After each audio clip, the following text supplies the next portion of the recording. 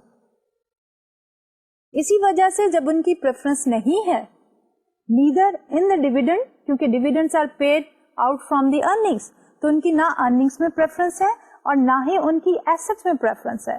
کیونکہ اگر فرم جو ہے وہ بینکرپسی کے بعد لیکوڈیٹ ہوتی ہے تو سب سے پہلے ہم کریڈیٹرز کو پے کرتے ہیں, پھر پریفرڈ اسٹاک ہولڈرز کو پے کرتے ہیں اور اس کے بعد ہم کامن اسٹاک ہولڈرز کو پے کرتے ہیں. اسی لیے ہمارے جو کامن اسٹاک ہولڈرز ہیں وہ ریزیڈیول کلیمنٹ بھی کہلاتے ہیں, because they receive what ever is left over after other obligations have been met.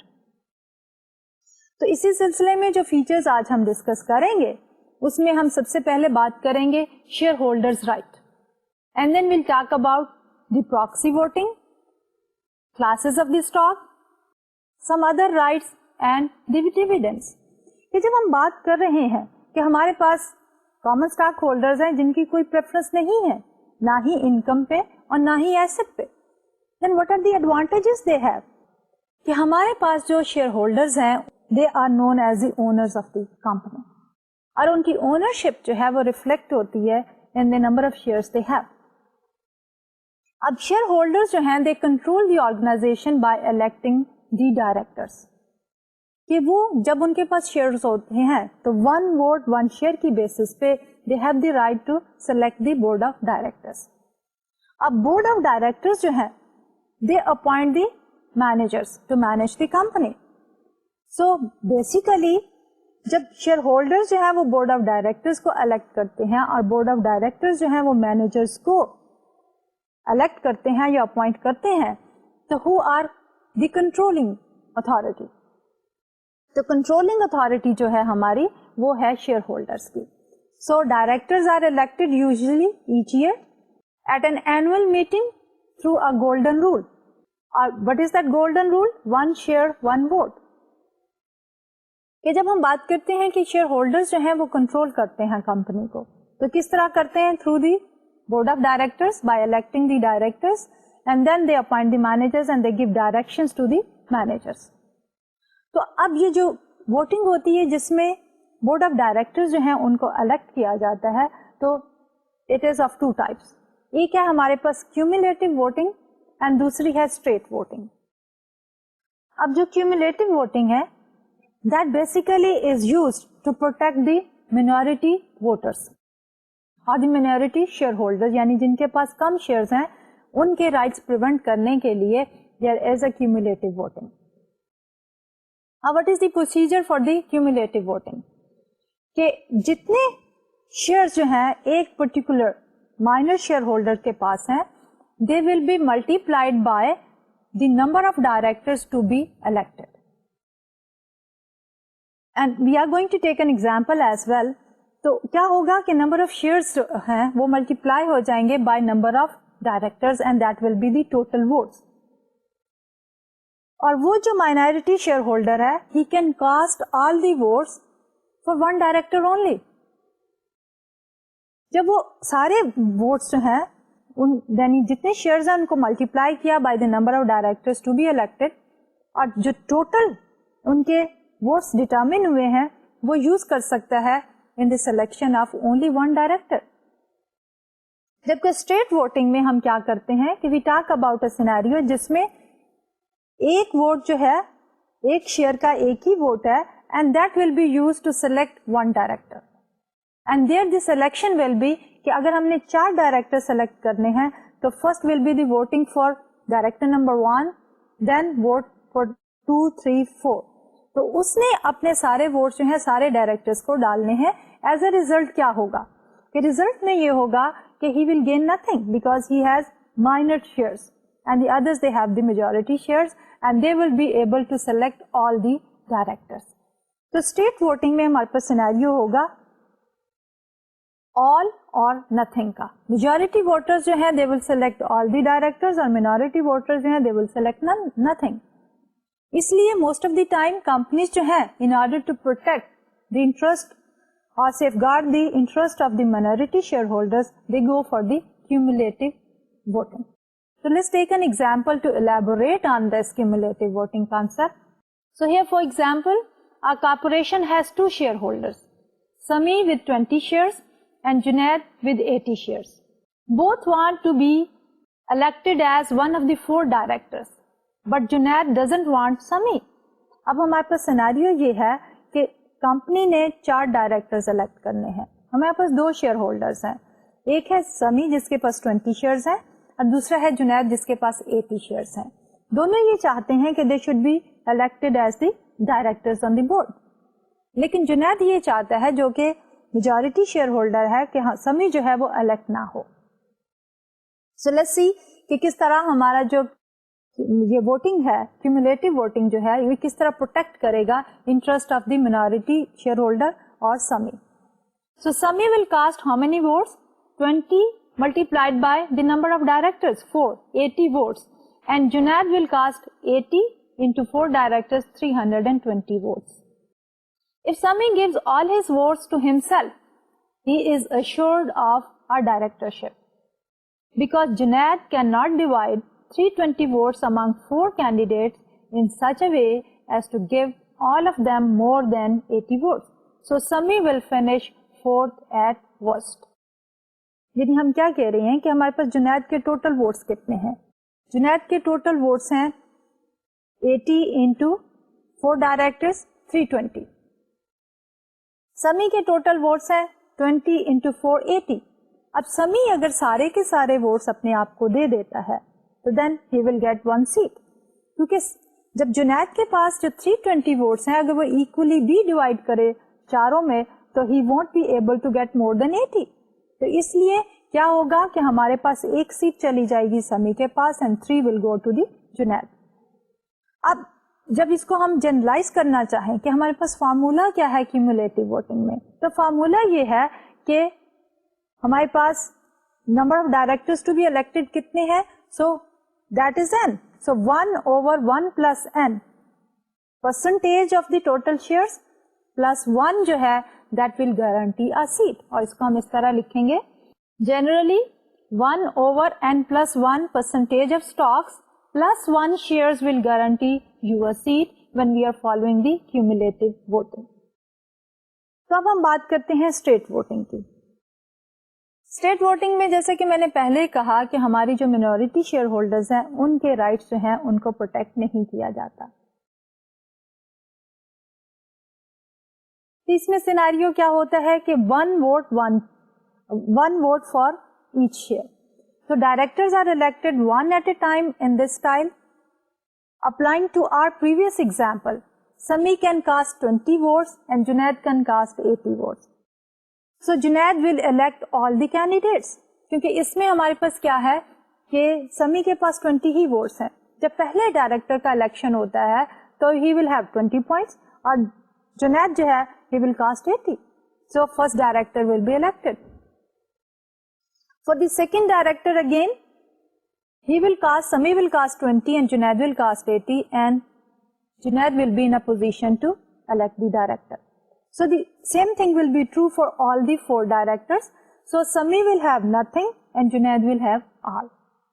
So the only way to guarantee a seat is to own 50% shares plus 1. Also guaranteeing win over every seat, making it all or nothing. یعنی کہ ہمارے پاس جو minimum requirement ہے یہاں پہ وہ یہ ہے کہ آپ کے پاس 50% شیئرز, جتنے بھی ٹوٹل شیئرز ہیں ان کا 50% پلس 1 شیئر ہوگا تو you will be in a position to get a set.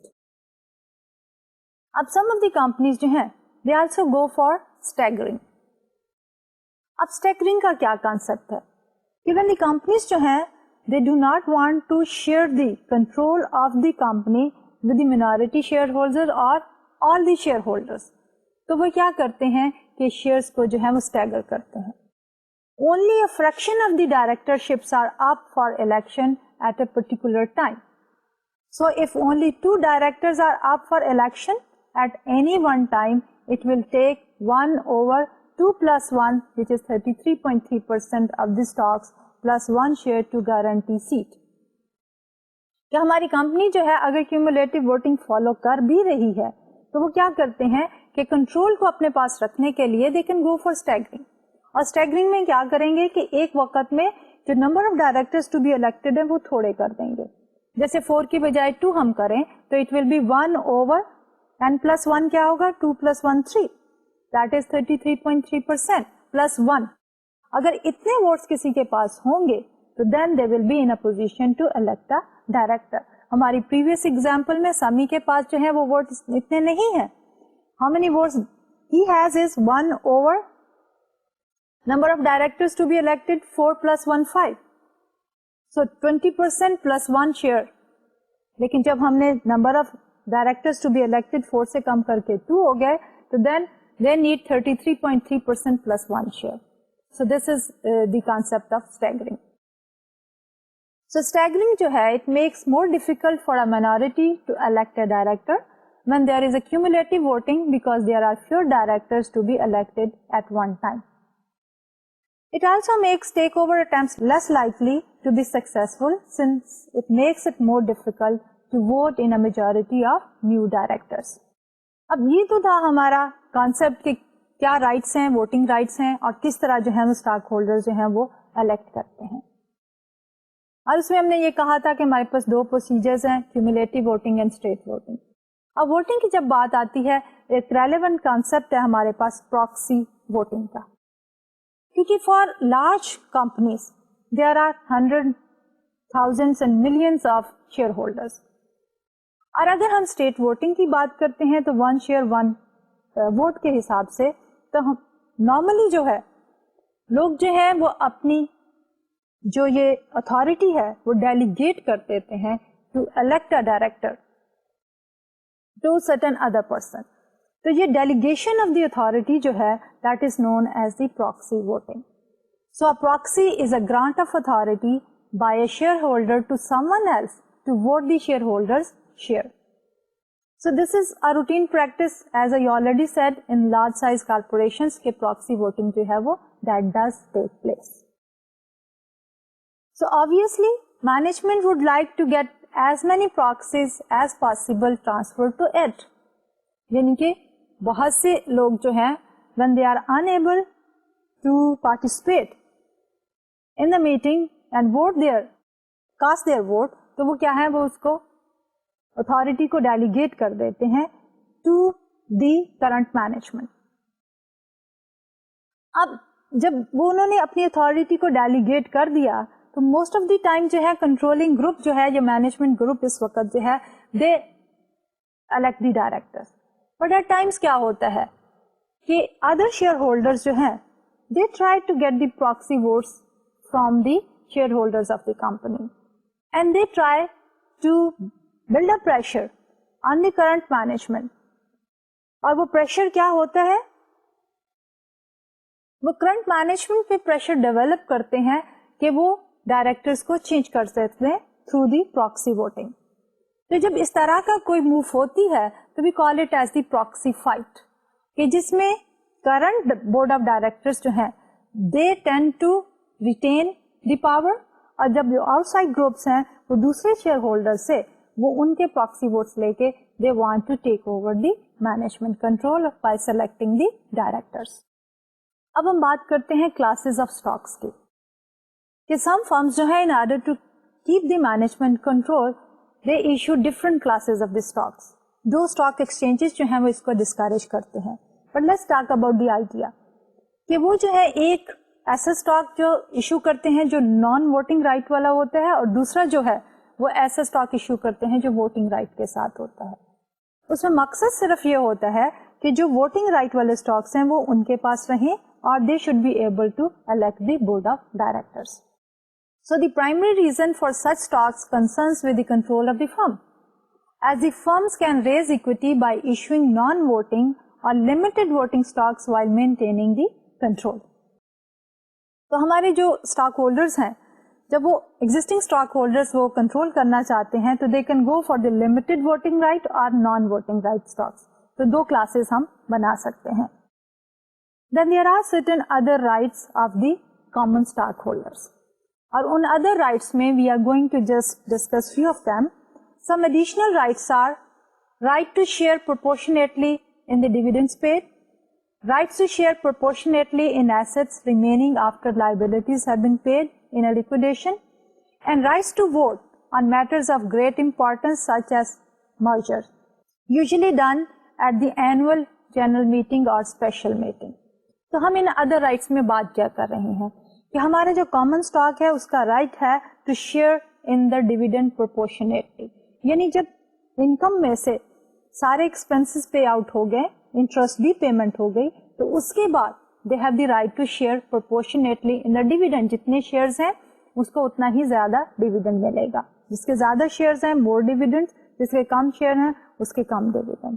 Similarly جب ہم ایسٹس اور لیکویڈیشن کی بات کرتے ہیں تو اس صورتحال میں بھی جب ایسٹ سیل آؤٹ ہوں گے تو سارے ایکسٹرنل پیمنٹ کے بعد وہ پروپورشنیٹلی شیئر کریں گے. اور فائنلی جب ہم بات کرتے ہیں اسٹاک ہولڈرز کی، تو اسٹاک ہولڈر جو ہیں they can also make decisions like mergers, کہ بورڈ آف ڈائریکٹرز میں اینوئل میٹنگ میں جب اس طرح کا ڈیسیژن امپورٹنٹ ڈیسیژن ہوتا ہے کہ وہ کسی دوسری کمپنی کے ساتھ مرج کریں یا کوئی اور کمپنی ان کو جو ہے وہ ٹیک اوور کر لے، تو that is decided in the board of directors and they do participate in these kind of decision making. Moreover, shareholders sometimes have the right to share proportionately in any new stock, and this is called the preemptive right. کہ جب بھی فرم کو مزید funds کی ضرورت ہوتی ہے and the firm decides کہ وہ ایکویٹی یا کامن اسٹاک کو بیچنے کے بعد یہ فنڈ ریز کرے، تو اس کو ہم کہتے ہیں کہ new issue of the stock.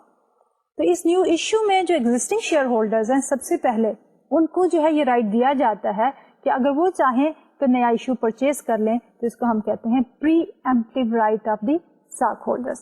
تو اس میں آبجیکٹو کیا ہوتا ہے کہ اسٹاک ہولڈر کی اونرشپ جو ہے پرسنٹیج وائز وہ مینٹین کرنے کی کوشش کی جاتی ہے.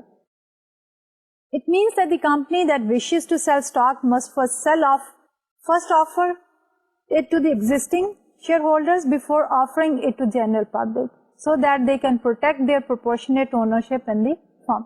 جس کے میں نے پہلے ہی کہا کہ ہمارے پاس جو ہے اونرشپ کی پرسنٹیج کو مینٹین کرنے کے لیے the concept of the preemptive right is there. پھر ہم بات کرتے ہیں ڈیویڈنڈس کی. تو dividends paid to the shareholders represent a return on the capital directly or indirectly contributed to the corporation by the shareholder. The payment of the dividend is at the direct discretion of the board of directors. کہ جو dividends ہیں basically what is it? It is the rate of return on the investment which the shareholders they have made in a company. So there are certain important characteristics of the dividends. Unless a dividend is declared by the board of directors of a corporation, it is not a liability of the corporation.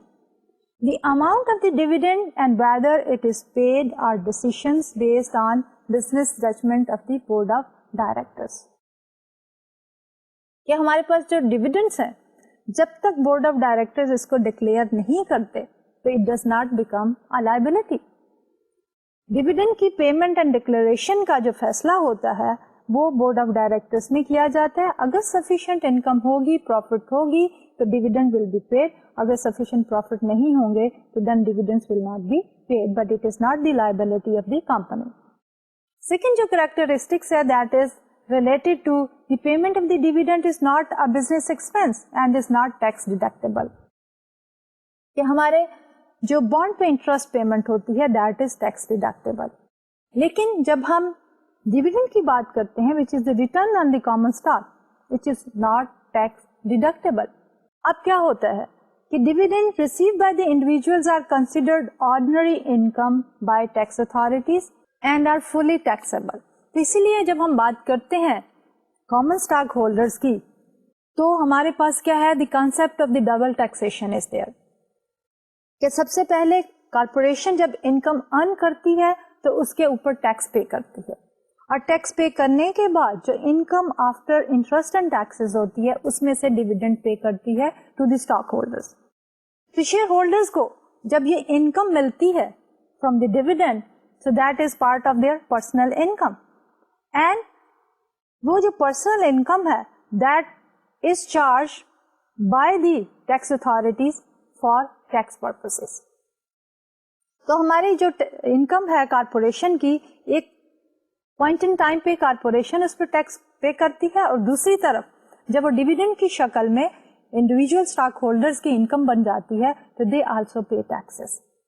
Some times جب corporations نے دوسری companies میں invest کیے ہوتے ہیں funds, تو ان کے اوپر جو ڈیویڈنڈس ملتے ہیں ان کا certain portion is tax deductible and remaining portion جو ہے دیٹ از ٹیکسیبل. تو یہ تو تھا ہمارا discussion about the common stock کہ اس کے کیا کیا فیچرز ہیں. تو اس میں ہم نے تھوڑے امپورٹنٹ فیچرز کی جو ہے وہ بات کی. تو انشاءاللہ اگلے لیکچر میں well talk about the preferred stock and the stock market. تو آج کا لیکچر ہم یہی وائنڈ اپ کرتے ہیں، لیکن وائنڈ اپ کرنے سے پہلے I would like to revise کہ ہم نے آج کے لیکچر میں کون کون سے امپورٹنٹ پوائنٹس جو ہیں وہ ڈسکس کیے ہیں. تو we started our lecture by continuing with the non constant growth model. ہم نے ایک ایگزامپل لی اور دیکھا کہ اگر ایک کمپنی جو ہے سپر نارمل گروتھ ریٹ ہو اس کا فار فرسٹ فیو ایئرس، اور اس کے بعد نارمل گروتھ ریٹ ہو جائے، تو اس صورتحال میں ہم اس کا پریزنٹ ویلیو جو ہے وہ کس طرح فائنڈ آؤٹ کریں گے، یعنی شیئر کی کرنٹ ویلیو جو ہے وہ کس طرح ہم کیلکولیٹ کریں گے. اس کے بعد ہم نے دیکھا کہ ہماری ریکوائرڈ ریٹ آف ریٹرن جو ہے، جو ایکٹ کر رہا ہے ایز اے ڈسکاؤنٹ ریٹ اور کیپٹل لیٹر آر جو ہے، اس کے کیا ڈیٹرمیننٹ ہے یا اس کے کون کون سے کمپوننٹس ہیں. تو ہم نے دیکھا کہ اس کے دو مین کمپوننٹس ہیں، ایک ہے ہمارے پاس ڈیویڈنڈ ییلڈ اور دوسرا ہے ہمارے پاس کیپٹل گین ییلڈ. تو ڈیویڈنڈ ییلڈ ہمارا D1 اوور P0 ہے اور کیپٹل گین ییلڈ جو ہے دیٹ از G. اگر گروتھ ریٹ بڑھ جائے گا تو ریکوائرڈ ریٹ آف ریٹرن بھی بڑھ جائے گا، ڈیویڈنڈ ییلڈ کے بڑھنے کے ساتھ بھی ریکوائرڈ ریٹ آف ریٹرن جو ہے وہ بڑھ جائے گا. اس کے بعد ہم نے بات شروع کی about the features of the common stock کہ ہمارے کامن اسٹاک کے کون کون سے امپورٹنٹ جو ہیں وہ فیچرز ہوتے ہیں. تو سب سے پہلے ہم نے جب ڈیفائن کیا کامن اسٹاک کو تو ہم نے یہ کہا کہ کامن اسٹاک ہولڈرز کی کوئی پریفرنس نہیں ہے in terms of the dividends and the on assets when the firm جو ہے goes for the liquidation. In other words, ہمارے جو common stock holders ہیں they are the residual claimant in income and assets in case of bankruptcy. So then what are the rights? تو سب سے پہلے ہم نے یہ کہا کہ جو stock holders ہیں they have the right to control the company. اور وہ کس طرح کنٹرول کرتے ہیں کہ they select the board of directors اور board of directors جو ہے وہ بیسیکلی مینجمنٹ کو اپائنٹ کرتے ہیں and they give directions to the management to control the firm. تو اس میں ہم نے بات کیا کہ کس طرح سے وہ بورڈ آف ڈائریکٹرز کو الیکٹ کرتے ہیں. We talked about the cumulative voting and we also talked about the straight voting. Cumulative میں جو ہے minority کے جو انٹرسٹ ہیں وہ سیف گارڈ کیے جاتے ہیں، whereas straight voting میں وہ انٹرسٹ سیف گارڈ نہیں ہوتے. اس کے بعد مزید جب ہم نے فیچرز کی بات کی we talked about the proxy voting کہ اگر جو ہے شیئر ہولڈرز خود نہیں جا سکتے they delegate their authority to vote to someone else. And similarly we talked about کہ ہمارے پاس جو شیئر ہولڈرز ہیں ان کے preemptive rights ہو سکتے ہیں. whenever the new shares are issued they have the right to purchase them to keep their ownership constant. Dividend کی جب ہم نے بات کی تو there we said کہ ڈیویڈنڈ جو ہے ہمارا وہ جو ہے that is the return on the common stock holders investment. So it is not the obligation of the firm. Board of directors اگر ڈیویڈنڈ ڈکلیئر کرے گا تو then it will be paid to the common stock holders. So یہ تو تھا ہمارا آج کا lecture. انشاءاللہ اگلے لیکچر میں ملاقات ہوگی. ڈاکٹر طلعت کو اجازت دیجیے. اللہ حافظ.